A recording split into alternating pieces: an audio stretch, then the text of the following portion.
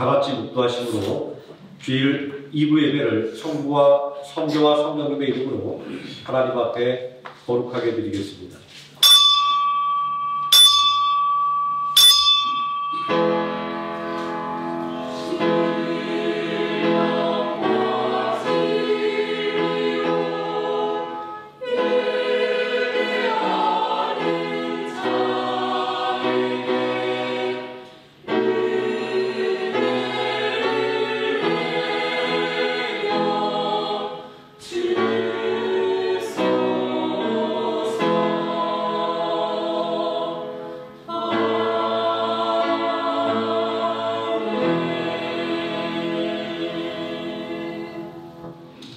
여호와여, 내가 주를 높일 것은 주께서 나를 끌어내사 내 원수로 하여금 나로 말미암아 기뻐하지 못하게 하시리이다. 여호와 내 하나님이여, 내가 주께 부르짖음에 나를 고치셨나이다. 여호와여, 주께서 내 영혼을 수월에서 끌어내어 나를 살리사 무덤으로 내려가지 아니하게 하셨나이다. 주의 성도들아, 여호와를 찬송하며 그의 거룩함을 기억하며 감사하라. 그의 노염은 잠깐이요 그의 은총은 평생이로다. 저녁에는 울음이 깃들일지라도 아침에는 기쁨이 오리로다. 아멘. 다 함께 자리에서 일어나셔서 찬송가 1장 찬송합니다.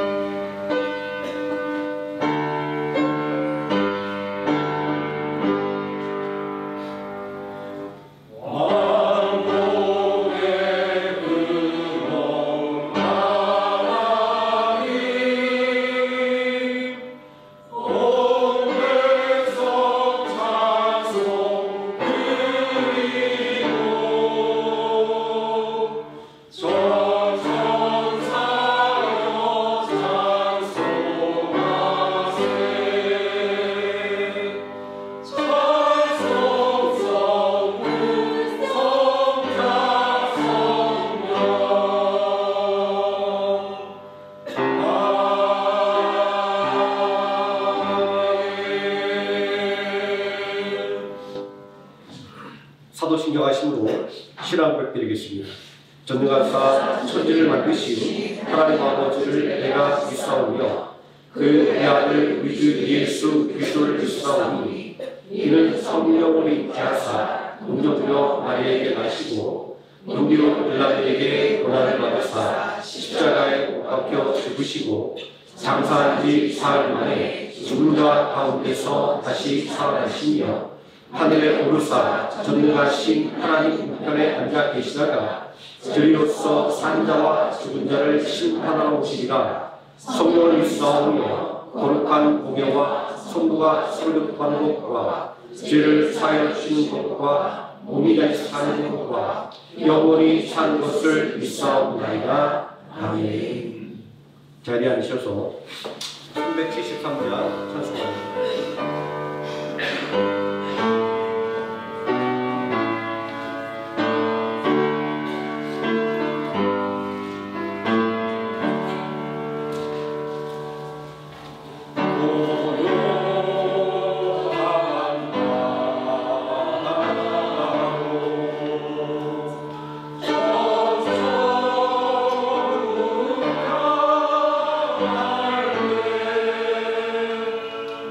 주를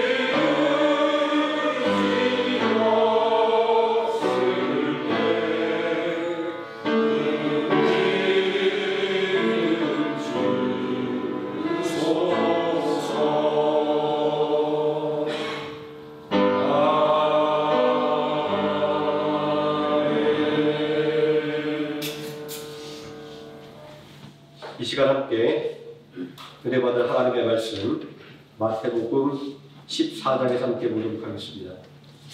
마태복음 14장 22절에서 33절까지 말씀입니다. 제가 먼저 한 절 읽고 우리 성도님들 한 절씩 교독하시겠습니다. 예수께서 즉시 제자들을 재촉하사 자기가 우리를 보내는 동안에 배를 타고 앞서 건너편으로 가게 하시고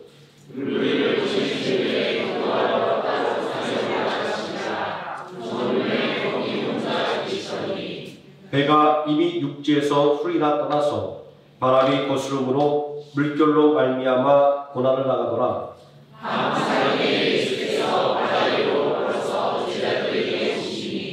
제자들이 그가 바다 위로 걸어오심을 보고 놀라 위력이라 하여 무서워하며 소리 지르거늘 예수께서 즉시 이르시되 안심하라 하니 두려워하지 베드로가 대답하여 이르되 주여 만일 주님이시거든 나를 명하사 물 위로 오라소서 하니 오라시니 베드로가 배에서 내려 물 위로 걸어서 예수께로 오르되 바람을 보고 무서워 빠져가는지라 소리질러 이르되 주여 나를 구원하소서 하니 예수께서 즉시 손을 내밀어 그를 붙잡으시며 이르시되 믿음이 약한가요 왜 의심하느냐 하시고 배에 함께 오르매 바람이 그치는지라 배에 있는 사람들이 예수께 전하며 이르되 진실로 하나님의 아들이시로다 하더라. 아멘.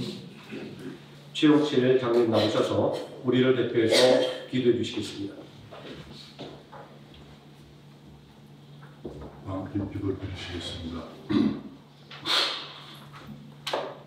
너희는 너희가 하나님의 성전인 것과 하나님의 성령이 너희 안에 계시는 것을 알지 못하느냐. 아멘. 언제나 살아계셔서 역사하시는 하나님 아버지, 지난 한 주간도 삶 가운데 말씀대로 살기 원했지만 연약함으로 순종치 못함을 긍휼히 여기시고 새 힘을 주옵소서. 늘 깨어 기도하며 말씀을 묵상하고 겸손하게 섬기는 삶을 살기 원합니다. 우리의 몸과 마음이 하나님의 성전임을 기억하고 성령이 내 안에 계시도록 정결함과 거룩함으로 살게 하시고 지혜와 능력을 주시사 강한 팔과 펴신 손으로 붙잡아 주시길 기도드립니다. 정성모아 예배드릴 때 삼위일체 하나님께서 임재하셔서 굳건한 믿음의 반석 위에서 거룩한 주의 자녀로 살아가도록 인도해 주시길 기도합니다. 또한 각 가정과 직장과 사업장을 지켜주시사 경제적으로 어려울 때 성도들의 가정을 축복해 주시길 간절히 기도드립니다. 사랑의 주님, 대한민국을 보호하사 정치, 경제, 사회 모두 어려운 가운데 있습니다.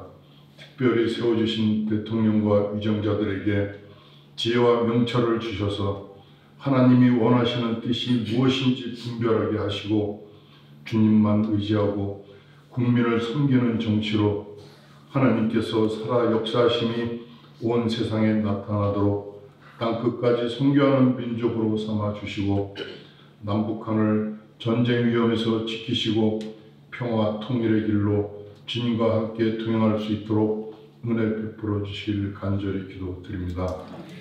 은혜로우신 주님, 생명나무 교회를 사랑하시사 베트남 선교를 위해 세워주신 사명 잘 감당토록 이 땅에 복음의 씨앗이 뿌려져 많은 영혼을 주님 앞으로 인도해 주시사 몸된 교회를 위한 동력자와 일꾼을 채워주시길 기도드립니다. 두세 사람이라도 내 이름으로 모인 곳에 나도 함께 있느니라고 하신 주님, 비록 적은 무리들이 모여 드리는 예배와 기도를 흠양하여 주시사 그리스도의 사랑과 은혜가 넘치는 축복의 시간 되게 하옵시고 성령 충만한 교회, 주님을 만나는 교회, 사랑이 넘치는 교회가 되도록 축복해 주시옵소서. 김성민 담임 목사님을 통해 선포되는 말씀이 심령과 골수를 쪼개고 말씀을 아멘으로 화답하여 한 주간도 살아갈 때 모든 일이 형통하게 이루어지는 역사와 성령의 축복이 넘치는 귀한 은혜 내려 주시옵소서. 예배를 돕는 찬양팀과 모든 손길들을 축복하시고 각 기관별 동역자들 위해 건강과 지혜와 명철을 주셔서 맡겨진 달란트의 사명 잘 감당할 수 있도록 능력 주시옵소서. 오직 하나님만 의지하며 순종할 때 하늘의 크신 축복 내려주시길 간절히 기도드립니다. 예배의 시작 시간입니다. 마치는 시간까지 악한 마귀 틈 못하게 하시고 성가대의 찬양과 예배를 받아 주시옵소서. 이 모든 말씀 존귀하신 예수님의 이름으로 기도드립니다. 아멘.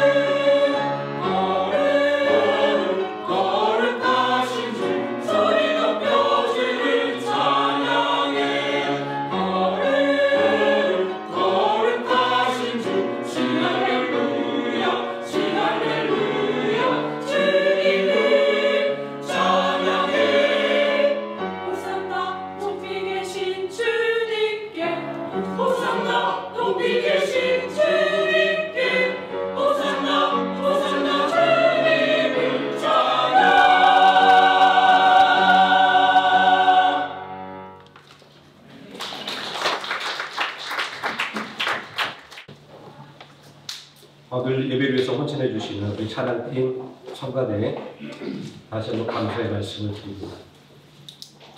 오늘 함께 읽은 하나님의 말씀 나는 믿네 라는 제목으로 하나님의 말씀의 은혜를 함께 나누고자 합니다. 풍랑이는 바다에서 고생하는 제자들을 찾아오신 예수님에 관한 말씀은 한 찬양의 가사를 떠올리게 만들었습니다. 그 찬양의 제목은 나는 믿네입니다. 오늘의 말씀 제목과 같습니다. 내 앞에 바다가 갈라지지 않으면 주가 나로 바다 위 걷게 하리라. 이 가사는 풍랑이는 바다에서 구원받기 원하는 제자들의 간절한 믿음이었을 것입니다. 또 이 말씀을 묵상할 때 이 찬양이 떠오른 것은 나는 믿네 주의 능력으로 담대히 나아가리라 주와 함께 싸워 승리하리라 라는 가사가 성도가 가져야 할 믿음의 자세였기 때문입니다. 잔잔하던 갈릴리 바다에 풍랑이 일었습니다. 풍랑이 거세게 불어서 배를 뒤흔들었습니다. 배를 타고 바다를 건너던 제자들은 당황하기 시작했습니다. 예수님의 사역의 중심지가 갈릴리였기 때문에 제자들은 통상적으로 배를 타고 갈릴리 바다를 건너서 이동했습니다. 사복음서를 보게 되면 배를 타고 갈릴리 바다를 건너는 장면이 여러 번 기록되어 있습니다. 또한 갈릴리 바다는 베드로와 안드레 그리고 야고보와 요한이 어부 생활을 했던 곳입니다. 다시 말해서 갈릴리 바다는 그들에게 있어서는 이 손바닥을 들여다보는 것처럼 환히 들여다보는 지역이었습니다.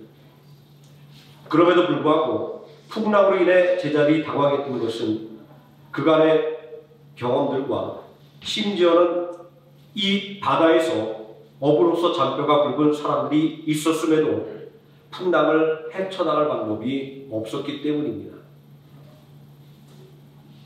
본문에서는 이들이 처한 어려움이 이렇게 묘사되어 있습니다.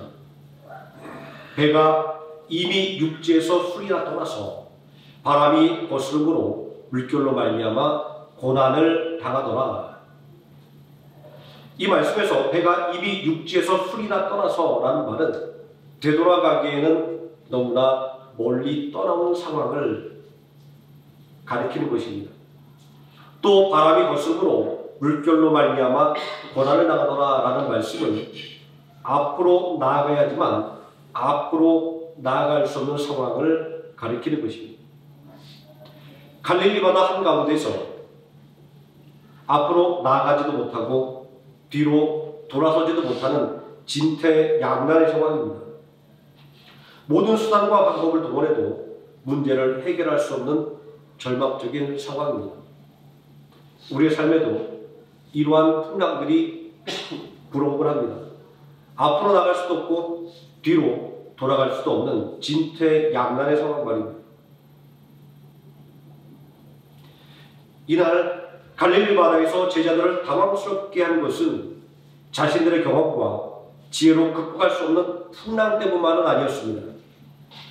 정작 그들을 당황스럽게 만들었던 것은 조금 전에 경험한 오병이어의 기적의 감동 때문이었습니다. 떡 5개와 물고기 2마리로 5,000명이 넘는 사람들이 배불리 먹는 것은 아무도 상상하지 못한 일이었습니다. 상식적으로 제자들은 이곳은 빈들이니 무리를 보내어 마을에 들어가 먹을 것을 사먹게 하소서라고 말할 수밖에 없는 상황이었습니다. 물론 5,000명이나 넘는 사람들이 음식을 사먹을 수도 없기는 하지만 말입니다. 이 장면은 민수기 11장에서 광야에서 이스라엘 백성들이 일용할 양식을 주신 것에 만족하지 못하고 탐욕을 부려 고기를 먹게 해달라고 요청했을 때 모세의 반응을 생각나게 합니다. 민수기 11장 22절에서 모세는 그들을 위해 양떼와 소떼를 잡은들 그들에게 주카오며 그들을 위해 바다의 모든 고기를 한데 모은들 그들에게 조카오리까 라고 말했습니다. 왜냐하면 이성과 상식으로는 불가능한 일로 판명되었기 때문입니다. 그런데 예수님은 제자들에게 너희가 먹을 것을 주라 이렇게 말씀하고 있습니다. 이 말씀은 참 의미심장합니다. 기적을 일으킨 분은 예수님이었지만 떡과 물고기를 내어놓고 떡과 물고기를 나눠준 사람들은 제자들이었기 때문입니다. 제자들은 떡 5개와 물고기 2마리를 내어놓을 때 무슨 생각이 들었을까요? 그리고 예수님께서 축사하고 떼어주시는 떡과 물고기를 나눠줄 때 무슨 생각을 했을까요? 아마도 의심과 불안이 가득했을 것입니다. 동시에 기적을 기대하는 마음도 그들 마음속에 있었을 것입니다. 제자들에게 아무런 믿음이 없었다고 한다면 제자들은 아무런 행동도 하지 않았을 것이기 때문입니다. 이것이 바로 우리가 가진 믿음의 현주소입니다. 가슴에 손을 얹고 한번 생각해 봅니다. 하나님의 도움에 대해서, 기도의 응답에 대해서 과연 하나님의 도움이 있을까? 기도의 응답이 있을까라는 의심과 불안을 떨쳐낼 수 없는 것이 우리의 믿음의 현실입니다. 그럼에도 불구하고 하나님의 도움을 기대하고 응답을 바라는 것이 또한 우리의 믿음인 것입니다. 한때 많은 사람들이 역사적인 예수님의 모습을 재구성하려는 노력을 경주했던 적이 있습니다. 이 작업은 사복음서에서 예수님의 행적 중에서 이치와 상시로 이해되지 않고 설명할 수 없는 일들을 하나씩 제거하는 것이었습니다. 한마디로 말해서 기사와 이적은 허구적인 것을 단정하고 제외시키는 작업을 한 것입니다. 그 결과 남은 것은 산상수훈이었습니다. 이러한 결론은 산상수훈만이 진짜 예수님의 가르침이고 나머지 행적과 가르침은 허구다 이렇게 말하는 것입니다. 이러한 주장이 일부에 가치가 없는 것은 이치와 상시로 이해되지 않는다고 해서 사실이 아니라는 것은 알기 때문입니다. 지금도 이 세상에는 이치와 상시로 설명할 수 없는 일이 얼마나 많이 일어납니까? 이해할 수 없고 설명할 수 없는 일이라고 해서 그것이 모두 허구라고 말하지도 않습니다. 그리고 더 본질적인 문제는 이들의 주장은 하나님을 부인하는 것입니다. 예수 그리스도의 신성을 부인하는 것입니다. 사복음서에서 이치와 상식에 밀려있는 것이라고 제외시키고 나면 윤리적인 가르침에 남는 것은 없습니다. 만약 이것이 성경이 전부라고 한다면 우리의 신앙은 철학과 사상과 아무런 차이가 없을 것입니다. 아니, 오히려 철학과 사상보다 더 적합한 지식으로 취급당하고 말 것입니다. 또 이러한 주장에 대한 반작용으로 예수님의 역사성을 증거하는 것은 무의미하다는 것은 비신화라는 주장이 되돌이었습니다. 예수님이 실존했느냐라는 이 역사성이 중요한 것이 아니라 다만 예수님의 가르침과 성경에 기록된 행적이 중요하다는 것입니다. 놀랍게도 이들의 주장은 교회의 정통적인 믿음과 흡사합니다. 그래서 이들의 주장은 나중에 신정통주의라고 불리기도 합니다. 그것은 예수님의 인성을 부인하는 이들과는 다르게 예수 그리스도의 십자가를 하나의 순교의 사건이 아니라 하나님의 구속사를 성취하는 대속의 사건으로 해석하고 있기 때문입니다. 그리고 십자가의 필연적으로 따라오는 부활까지도 인정하고 있기 때문입니다. 그럼에도 불구하고 이러한 주장은 복음서에 기록된 모든 기사와 이적을 부인하는 역사적 예수님에 대한 연구와 다를 바가 없습니다. 왜냐하면 그들 또한 예수님의 역사성을 부인하고 예수님의 인성을 부인하는 것이기 때문입니다. 제가 이 복잡한 신학의 얘기를 굳이 꺼내는 것은 오늘날 우리들이 직면하고 있는 믿음의 위협이 무엇인가에 대해서 이야기하고자 하기 때문입니다. 오늘날 우리가 직면한 신앙의 위기는 제가 누차 말씀드렸듯이 밖에 있지 않습니다. 특정한 지역을 제외하고는 어느 곳에서도 생명의 위협을 받거나 생활의 제한을 받지 않기 때문입니다. 그럼에도 불구하고 오늘날이 신앙의 위기의 시대로 평가되는 것은 실제로 신앙을 떠난 사람들이 늘어나기 때문입니다. 심지어는 교회 안에서조차도 신앙을 단지 유익한 교훈 정도로 여기는 풍토가 점점 영향력을 확대하고 있기 때문입니다. 아이러니하게도 자유주의 신학이라고 비판받던 주장들이 오늘날 다시 조명을 받고 각광을 받고 있습니다. 오늘날 교회 안에서 복을 이야기하면 기복주의라고 비판을 받습니다. 치유와 이적에 대해서 이야기하면 신비주의나 이단으로 손가락질을 받기 일쑤입니다. 심지어 기사와 이적의 시대는 초대교회 때 이미 끝났다라고 주장하기까지 합니다. 오직 영적인 의미, 교훈적인 의미만이 중요하게 다뤄지고 있습니다. 이런 자리에 믿음이 설 곳은 없습니다. 우리의 신앙 속에서 사복음서에서 기사와 이적이라고 말씀하고 있는 하나님의 주권적인 개입과 은혜를 믿지 않는다고 한다면 우리는 우리의 신앙을 유명한 강연자의 강의를 듣는 것과 다를 것이 무엇이 있다라고 말할 수 있겠습니까? 하박국 선지자의 고민도 바로 여기 있었습니다. 그런 하나님의 개입의 손길이 느껴지지 않는 현실을 경험했습니다. 하나님을 경외하는 사람들이 고난받고 하나님의 백성들을 억압하는 이들이 오히려 승승장구하는 현실 속에서 하박국 선지자는 고민할 수밖에 없었던 것입니다. 과연 하나님의 도움을 받을 수 있을 것인가? 하나님께서는 우리와 함께 계시는 것인가? 라고 말합니다. 이러한 그의 고민은 바로 신앙인이 갖고 있는 본질적인 고민입니다. 본문에 기록된 풍랑을 만나 고통을 당한 제자들의 모습은 신앙인이 갖고 있는 고민이 무엇인지를 보여줍니다. 오병이어의 기적을 체험한 제자들의 마음은 자신감으로 넘쳤을 것입니다. 역사적인 순간을 만드는 데 자신들이 함께했기 때문입니다. 우리도 은혜를 받으면 뭐라고 설명할 수 없는 자신감이 내 마음속에 충만해지는 것들을 경험하지 않습니까? 그런데 문제는 이러한 은혜의 감동이 지속되는 것이 아니다라는 것입니다.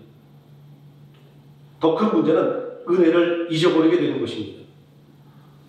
광야길을 걸었던 이스라엘 백성들의 모습이 대표적입니다. 만나로 일용할 양식을 공급해 주실 때 처음에는 기쁨과 감사로 받았지만 곧 원망과 불평으로 바뀌고 말았습니다. 받은 은혜를 감사하기보다는 부족한 것만 바라보았기 때문입니다. 오병이어의 기적에 일어난 풍랑은 무엇을 의미하는 것일까요? 오병이어의 기적과 풍랑이라는 바다는 전혀 어울리지 않는 조합입니다. 은혜와 고난이라고 하는 것은 상반된 개념이기 때문입니다. 은혜를 받은 이후에 찾아오는 고난은 언제나 문제거리입니다. 마치 믿음이라고 하는 것은 필연적으로 고난을 동반하는 것이라는 생각을 하게 만들기 때문입니다. 이러한 생각이 맞다라는 생각이 들게 만드는 사람이 있습니다. 그는 다윗입니다. 다윗은 하나님의 마음에 합한 자라는 평가를 받은 믿음의 사람입니다. 다윗이 이스라엘 하나님을 모욕하는 블레셋의 장군 골리앗을 물리친 이후에 승승장구했습니다. 군대 장관이 되었고 왕의 사위가 되었습니다. 백성들의 사랑을 받았습니다. 하지만 이러한 그도 고난을 피해갈 수는 없었습니다. 사랑의 질투와 의심으로 인해서 도망자가 되었기 때문입니다. 목숨을 빼앗으려고 하는 사울 왕의 추격은 집요했습니다. 들로, 산으로, 동굴로 다윗이 가는 곳마다 그의 뒤를 쫓았습니다. 게다가 다윗이 가는 곳마다 그를 고발하는 사람들이 넘쳐났습니다. 정말 최악의 상황이 아닐 수가 없습니다. 그런데 다윗은 고난 가운데 절망하지 않았습니다. 그는 오히려 고난 속에서 소망을 품은 믿음의 사람이었습니다. 다윗은 시편 30절 5절에서 그의 노염은 잠깐이요 그의 은총은 평생이로다. 저녁에는 울음이 깃들일지라도 아침에는 기쁨이 오리로다 이렇게 고백했습니다. 다윗은 믿음을 통해서 기쁨과 울음의 순서가 울음과 기쁨의 순서로 바뀌어 있음을 깨달았습니다. 다윗은 믿음의 법칙을 통하여 자신에게 부닥친 고난을 견디고 마침내 이겨낼 수가 있었던 것입니다. 다윗은 믿음의 진리를 통해서 상황을 역전시킨 것입니다. 실제로 다윗의 삶은 받은 고난을 넘치는 은혜로 말미암아 이겨내는 것이었습니다. 수많은 대적들이 다윗을 넘어뜨리려고 했지만 다윗은 결코 넘어지지 않았습니다. 고난으로 인해 더욱더 굳건하게 설 수 있었습니다.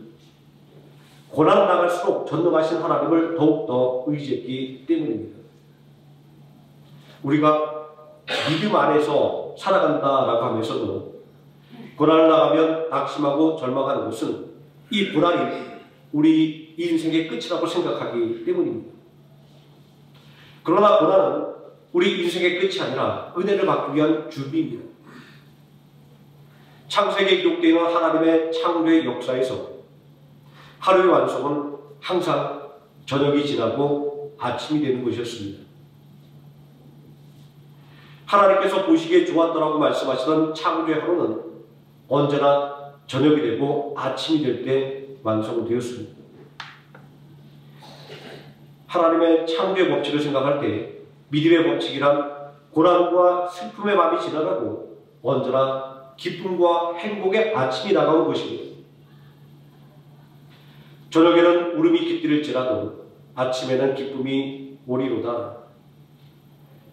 다윗의 고백과 부정적인 의미의 저녁이 지나가고 소망과 기쁨의 아침이 찾아오는 창세기 하루를 통해서 우리가 바라봐야 될 것은 지금이 아니라 다음입니다. 오늘이 아니라 내일을 볼 수 있어야 하는 것입니다. 믿음의 눈으로 바라볼 때 오병이어의 기적 이후에 풍랑이 일어난 것이 아닙니다. 풍랑이 분 이후에 오병이어의 기적이 일어난 것입니다. 물론 이러한 표현 자체가 이 두 사건의 시간표를 바꿔야 된다라고 말하는 것은 아닙니다. 다만 은혜 뒤에 고난이 오는 것이 아니라 언제나 고난 뒤에 은혜가 뒤따라온다라고 하는 것을 말하기 위해서 굳이 이렇게 바꿔 말하는 것입니다. 우리도 고진감래, 고생 끝에 기쁨이 찾아온다 이렇게 말하지 않습니까? 이러한 믿음의 법칙이 저녁이 되고 아침이 되는 것이고 저녁에는 울음이 깃들이지만 아침에는 기쁨이 찾아오는 이유인 것입니다. 제자들을 풍랑이는 바다에서 절망에 휩쓸 수밖에 없었지만 예수님은 그 제자들을 그냥 내버려 두지 않았습니다. 본문의 말씀은 예수님께서 풍랑이는 바다 한가운데 고난당하는 제자들을 찾아오셨다라고 말씀하고 있습니다. 믿음의 소망은 바로 여기에 있습니다. 언제나 우리와 함께 하시는 하나님의 임마누엘 말입니다. 풍랑 속에서 고난당하는 제자들을 찾아오신 예수님의 모습은 하나님께서는 언제나 우리와 함께 하신다는 것을 말하는 것입니다. 은혜 뒤에 고난이 찾아오는 것이 아니라 언제나 고난 뒤에는 말할 수 없는 하나님의 은혜가 뒤따라온다라고 하는 것을 말하는 것입니다. 예수님께서 풍랑이는 바다에서 고난당하는 제자들을 찾아오셨을 때 풍랑이 그쳤습니다. 풍랑까지도 다스리는 예수님의 모습은 예수님이 우리의 인생의 모든 문제도 해결하신 분이라고 하는 것을 말하는 것입니다. 믿음이라고 하는 것은 단지 우리의 마음을 바꾸는 것이 아닙니다. 믿음은 실제로 내 삶을 바꾸는 하나님의 은혜와 능력을 기대하는 것입니다. 그리고 실제로 나의 삶 속에 하나님의 주권적인 개입을 이끌어내는 것입니다. 우리의 기도도 반드시 응답될 것이라는 믿음을 기반으로 하고 있지 않습니까? 어느 누구도 하나님께서 들어주지 않는다고 생각하고 하는 기도는 없습니다. 히브리서 11장은 수많은 믿음의 인물들이 믿음을 통하여 어떠한 삶의 이익을 얻었는지를 그리고 어떠한 은혜를 받았는지를 자세하게 증거하고 있습니다. 특별히 히브리서 11장 33절에서 35절의 상반절은 믿음이란 마음의 변화에 머무는 것이 아니라 실제적인 삶에 하나님의 은혜의 개입을 이끌어내는 것임을 명확하게 보여주고 있습니다. 그들은 믿음으로 나라들을 이기도 하며 의를 행하기도 하며 약속을 받기도 하며 사자들의 입을 막기도 하며 불의 세력을 멸하기도 하며 칼날을 피하기도 하며 연약한 자 가운데서 강하게 되기도 하며 전쟁에 용감하게 되어 이방 사람들의 진을 물리치기도 하며 여자들은 자기의 죽은 자들을 부활로 받아들이기도 하며 우리는 이 요약된 말씀 속에서 하나님께서 이스라엘 백성들에게 하셨던 놀라운 일들을 수없이 떠올릴 수 있습니다. 이 말씀이 의미하는 것은 믿음이라고 하는 것은 내 삶 속에 실질적인 하나님의 도움을 이끌어내는 능력이다라는 것입니다. 또한 믿음은 환난을 견디는 능력입니다. 히브리서 11장 35절 하반절에서 38절까지의 말씀은 환난을 능히 견디게 만드는 믿음의 능력을 증거하고 있습니다. 또 어떤 이들은 더 좋은 부활을 얻고자 하여 심한 고문을 받되 구차히 흘러나기를 원하지 아니하였으며 또 어떤 이들은 조롱과 채찍질뿐 아니라 결박과 옥에 갇히는 시련도 받았으며 돌로 치는 것과 톱으로 펴는 것과 시험과 칼로 죽임을 당하고 양과 염소의 가죽을 입고 유리하여 궁핍과 환난과 학대를 받았으니 이런 사람은 세상이 감당하지 못하느니라. 믿음의 증인들이 환난에 굴하지 않았던 것은 하나님께서 믿음으로 사는 이들을 반드시 구원해 주신다라고 하는 것을 확신했기 때문입니다. 하나님은 믿음으로 살아가는 사람들을 꽉 붙잡아 주시는 분입니다. 빛나는 인생으로 만들어 주시는 분입니다. 이렇게 확언할 수 있는 것은 믿음 안에서는 아무도 실패한 자가 없기 때문입니다. 모두가 하나님의 인정받은 사람들이기 때문인 것입니다. 우리는 이러한 믿음의 증인들의 모습을 통해서 믿음이란 우리를 찾아오시는 예수 그리스도를 알아보는 것임을 알게 됩니다. 우리와 함께 하시는 하나님의 임마누엘을 깨닫는 것임을 알게 됩니다. 풍랑이는 바다에서 제자들이 두려움에 빠져들었을 때 제자들은 예수님을 보고도 믿지 못했습니다. 유령이라고 생각했습니다. 헛것을 보았다고 생각했습니다. 왜냐하면 오병이어의 기적을 베푼 예수님이라 할지라도 무리를 걷는 것은 불가능하다라고 생각했기 때문입니다.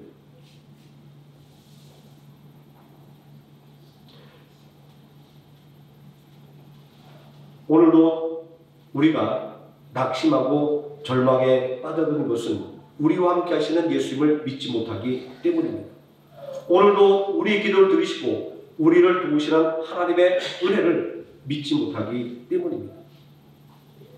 믿음이 없이는 하나님을 기쁘시게 하지 못한다는 말씀은 믿음이 없이는 하나님이 주시는 은혜를 받을 수 없다라는 말입니다. 그런데 어떻게 두려움에 떨던 제자들이 은혜를 받을 수가 있었을까요? 그것은 바로 예수님의 말씀을 들었기 때문입니다. 안심하라, 난이 두려워하지 말라. 예수님의 말씀을 들을 때 비로소 제자들은 풍랑이는 바다가 아니라 예수님을 바라볼 수가 있었습니다. 하나님의 개입과 구원의 은혜는 이렇게 믿음을 가지고 예수님을 바라볼 때 받을 수 있는 것입니다. 비록 그것이 아주 작은 믿음이라 할지라도 말입니다. 이것이 오늘도 하나님의 말씀이 중심에 있는 이 예배가 강조되는 이유인 것입니다. 풍랑이는 바다를 걸어오는 예수를 바라볼 때 모든 두려움이 사라졌습니다. 주님과 함께 걷기를 원했던 베드로는 그 믿음을 가지고 무리를 걸을 수가 있었습니다. 오늘날 물 위를 걷는 기적이 동일하게 일어나진 않지만 예수님과 함께하기를 원하는 사람은 어떤 어려움과 고난 속에서도 예수님과 함께 걸어갈 수가 있는 것입니다. 비록 베드로가 풍랑을 보고 다시 두려움에 빠져들 때 물속에 빠지고 말았지만 다시 예수님의 도움을 구하는 믿음으로 풍랑이는 바닷속에서 구원을 받을 수가 있었습니다.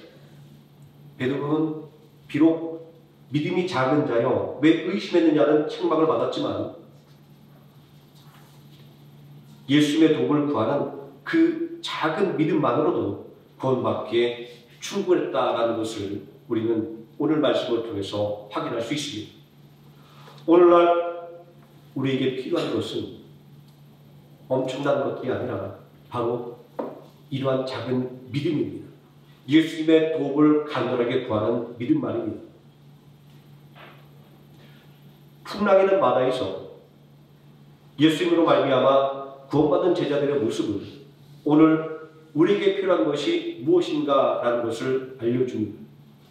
그것은 바로 믿음입니다. 풍랑이는 바다에서 구원받은 제자들의 이야기가 말하고자 하는 것은 믿음이라고 하는 것은 생각에 그치는 것이 아니라 실질적인 은혜를 받는 것이다 라는 것입니다. 다시 말해서 믿음이라고 하는 것은 하나님께서 내 인생에 주권적으로 개입하는 것을 믿는 것입니다. 제가 이 말씀을 준비하면서 함께 묵상했던 나는 믿는다라고 하는 찬양의 이 가사는 풍랑이는 바다를 믿음으로 이겨낸 제자들의 모습을 이렇게 노래하고 있습니다. 또 믿음의 시련을 이기게 만드는 이유를 이렇게 노래합니다. 내게 허락한 시련을 통해 나의 믿음 더욱 강하게 자라나고 라고 말입니다.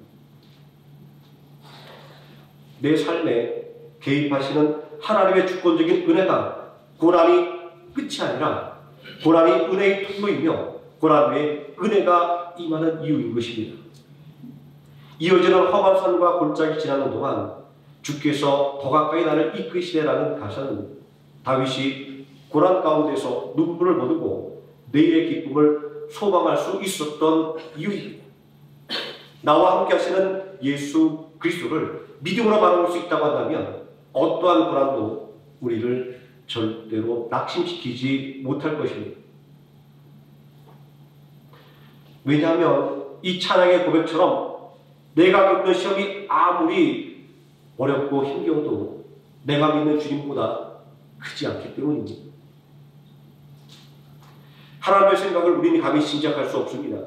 하나님의 능력을 우리는 감히 알 수도 없습니다. 하나님은 우리의 생각을 넘어서 그리고 우리의 능력을 넘어서 역사하는 분입니다. 내 앞에 바다가 갈라지지 않으면 주가 나로 바다 위를 걷게 하리라 라는 고백은 하나님의 무한한 능력을 고백하는 것이고 하나님의 주권적인 은혜의 역사를 고백하는 것입니다. 하나님은 오늘도 우리가 알지 못하는 우리가 감히 상상하지 못하는 은혜로 우리의 삶을 이끌어 가시는 분입니다.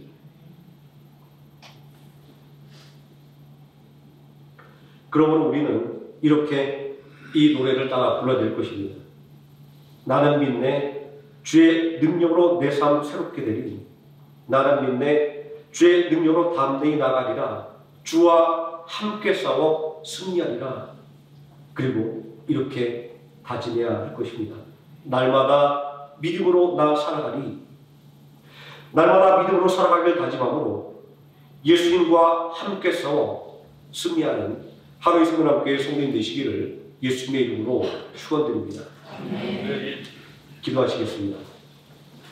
전능하신 아버지 하나님, 언제나 하나님의 은혜 속에서 살아가면서도 우리 눈에 먼저 보이는 것은 거센 풍랑입니다. 우리들의 마음을 장악하고 있는 것은 은혜가 아니라 고난입니다. 그러나 오늘 고난 중에 있는 제자들을 버려두지 아니하시고 친히 찾아오시는 예수님의 모습을 통하여 고난이 우리의 인생의 끝이 아니라 우리의 인생을 절망으로 이끌어가는 것이 아니라 하나님의 은혜를 이끌어내는 통로이며 또 하나님이 주시는 은혜와 능력을 누리는 마중물이라는 사실을 다시 한번 깨닫게 됩니다. 아버지 하나님, 우리의 감겨진 위기의 눈을 뜨게 해 주시기를 원합니다. 굳게 닫혀있던 우리의 마음의 문이 온전히 열리게 해 주시기를 원합니다. 그리하여 지금 나에게 손 내미시는 예수 그리스도의 못자국난 손을 붙잡게 하여 주시고 오늘도 나에게 보여주시기를 원하시는 그 하나님의 은혜를 마음문을 활짝 열고 받아들이게 하여 주시옵소서. 아버지 하나님, 나는 믿네라고 하는 이 믿음의 고백이 우리들의 입술에서 한순간도 떠나지 않게 하여 주시고, 언제나 하나님의 능력을 믿는 그 믿음으로 말미암아 모든 고난을 이겨내고 하나님 주시는 기쁨과 평강을 누리는 모든 세번함교회 성도 될 수 있도록 하나님 축복하여 주시옵소서. 예수님의 이름으로 기도드립니다. 아멘. 찬송가 374장입니다.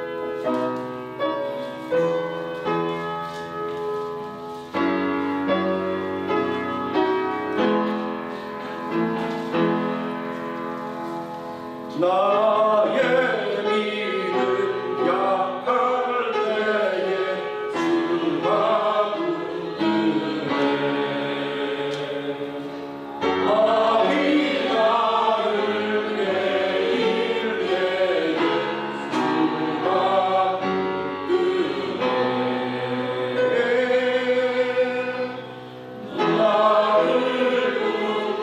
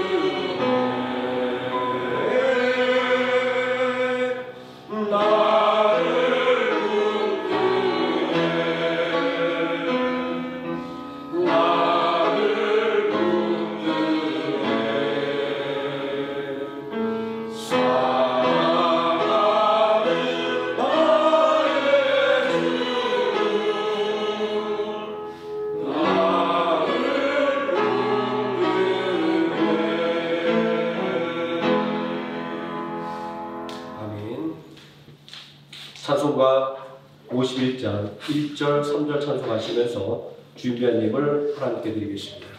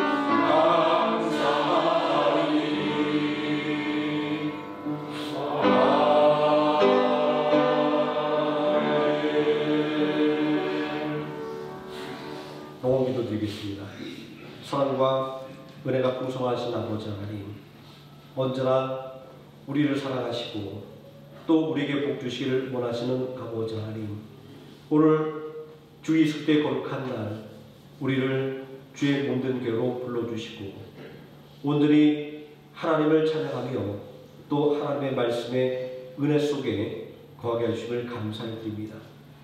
언제나 하나님의 말씀 속에서 우리의 믿음을 굳건하게 다지게 해주시고 언제나 예배 속에서 하나님 주신 은혜와 기쁨을 잊지 않는 우리 모든 성도 되게 하여 주시기를 원합니다. 오늘 주님의 날 또 하나님을 예비하며 하나님께 받은 은혜를 고백하며 11주의 예물과 각종 감사의 예물과 주일의 예물로 하나님 앞에 정성껏 드렸습니다. 세상의 물질이 아니라 하나님께서 나에게 일용할 양식을 공급해 주시며 나의 삶에 주권적으로 개입해 주셔서 은혜로 내 삶을 이끌어 주심을 고백하는 이 믿음의 예물 위에 하나님 30배, 60배, 100배 놀라운 축복으로 채워주시기를 원합니다. 아버지 하나님, 믿음의 가정들 주님의 의로운 손으로 붙잡아 주사 악한 원수박이 조금 더 틈타지 못하게 해주시고 하나님 주시는 평강과 기쁨만이 넘치는 가정 되게 해주시며 이웃의 모든 가정들에게 하나님의 살아계심을 증거하는 그리고 하나님의 능력을 증거하는 믿음의 가정으로 굳건하게 세워주시옵소서. 아버지 하나님, 우리 모든 성도들 붙잡아 주시기를 원합니다. 직장에서 또한 또 자신의 맡은 바 모든 일터에서 하나님이 주신 은혜로 말미암아 더욱더 인정받는 믿음의 사람들 되게 하여 주시고 또한 세상의 일뿐만이 아니라 하나님을 온전히 경외하는 그 믿음으로 모든 사람들에게 인정받는 귀한 하나님의 자녀들 되게 하여 주시고 우리 성도들의 삶을 통하여 하나님의 살아계심이 모든 사람들에게 증거되며 하나님의 능력이 믿지 않는 모든 이들에게 증거되는 놀라운 역사가 있게 해주시기를 원합니다. 아버지 하나님, 우리 성도들 경배하는 기업과 사업장이 하나님께서 친히 함께 경영하여 주시기를 원합니다. 아버지 하나님, 수많은 어려움들이 도사리고 있으며 수많은 위협들이 앞을 가로막고 있습니다. 그러나 전능하신 아버지 하나님과 함께 걸어간다고 한다면 그 어떠한 장애물도 그리고 그 어떠한 위험도 조금도 두렵지 않음을 고백합니다. 아버지 하나님, 지혜와 명철을 더하여 주시고 아버지 하나님 도움의 손길로 함께 해주셔서 모든 장애물을 딛고 더 빨리 성장하는 우리 모든 성도들의 기업과 사업장 되게 하여 주시옵소서. 아버지 하나님, 더욱더 바라고 원하는 것은 하나님 앞에 드려진 이 믿음의 예물이 주님의 몸된 교회를 더욱 든든히 세워가며 주 예수 그리스도를 알지 못하는 모든 사람들에게 더 속히 복음을 전하는 마중물로 사용될 수 있도록 하나님 축복하여 주시옵소서. 예수님의 이름으로 기도드립니다. 아멘. 교회 소식 말씀드리겠습니다. 9월 4일 김동기 오영 목사님 수술 일정으로 해서 계속해서 기도해 주시기 바랍니다. 남전도의 요청사항입니다. 교인 등록명부를 업데이트합니다. 연락처, 주소가 변경되신 성도님께서는 교인 동부를 재작성하셔서 김인수, 안수 집사님에게 전해주시면 고맙겠습니다. 베트남어 강좌가 매주 화요일 10시 30분에서 12시 30분까지 교육관에서 있습니다. 수업료는 무료입니다. 하노이 성문학교의 찬양팀 팀원을 모집합니다. 찬양 및 악기로 섬기실 분은 자원하여 봉사해 주시면 고맙겠습니다. 중고등부 교사가 필요합니다. 마음에 자원하는 신경이 있으신 분은 저에게 말씀해 주시면 되겠습니다. 고3 수험생의 대학 입시를 위해서 기도 부탁드리겠습니다. 김다니엘, 문민영, 황민성 매일같이 우리 친구들 이름 부르시면서 우리 친구들이 바라고 원하는 대학에 갈 수 있도록 계속 기도해 주시면 고맙겠습니다. 그리고 황기상 성도님, 우리 정반 집사님 남편입니다. 지난주 침샘 타석종 수술을 잘 받았다라고 제게 말씀해 주셨습니다. 기도해 주신 우리 성도님께 다시 한번 감사 말씀드리고 속히 회복돼서 또 직장에서 일하는데 조금도 무리함이 없도록 계속해서 기도해 주시면 고맙겠습니다. 다 함께 자리에서 일어나셔서 찬송가 635장 찬송하겠습니다.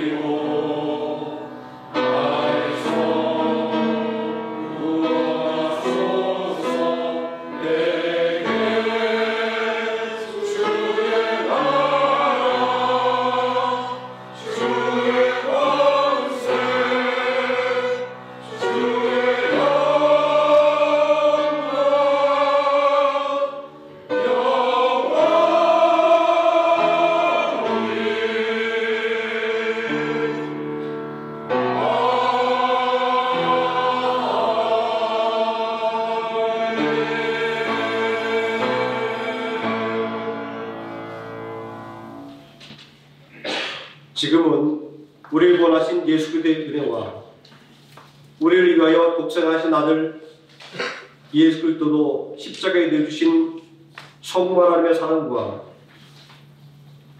오늘도 우리와 함께 동행하시는 성령 하나님의 임마누엘이 오늘 한마음을 예배드린 모든 성도들 머리 위에와 하나님의 생명 함께 머리 위에 지금부터 영원토록 함께 계실지어다. 아멘.